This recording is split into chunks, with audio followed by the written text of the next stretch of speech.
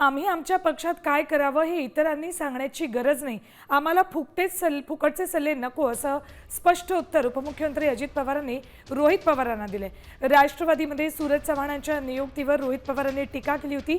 अजित पवारांचा पक्ष कोकणी नेत्यानं हायजॅक केल्याचं विधान रोहित पवारांनी केलं होतं. त्यावर उत्तर देताना अजित पवारांनी काही लोक स्वतःला महाराष्ट्रातला मोठा नेता समजतात असं म्हणत रोहित पवारांची खिल्ली उडवली.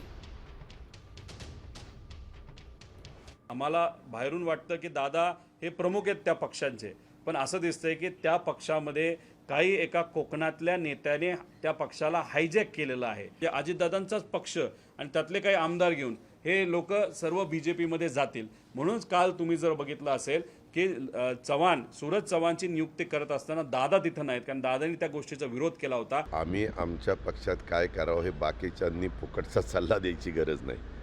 त्यांनी त्यांच्या पक्षाचं बघावं. काही कारण काय झालंय, काहींना असं वाटायला लागलं की आपण फारच मोठे नेते झालो आणि सगळा मक्ता त्यांनाच दिला महाराष्ट्राचा, असं वागायला लागलेत काही जण. ठीक आहे, जसा त्याचा तो अधिकार आहे, परंतु ज्याने त्याने आपला पक्ष सांभाळावा, इतर पक्षांच्यामध्ये नाखोपसायचं कारण नाही. आता isakal.com आहे देशातील नंबर 1 ची मराठी न्यूज वेबसाईट. प्रत्येक अपडेटसाठी isakal.com ला नक्की भेट द्या.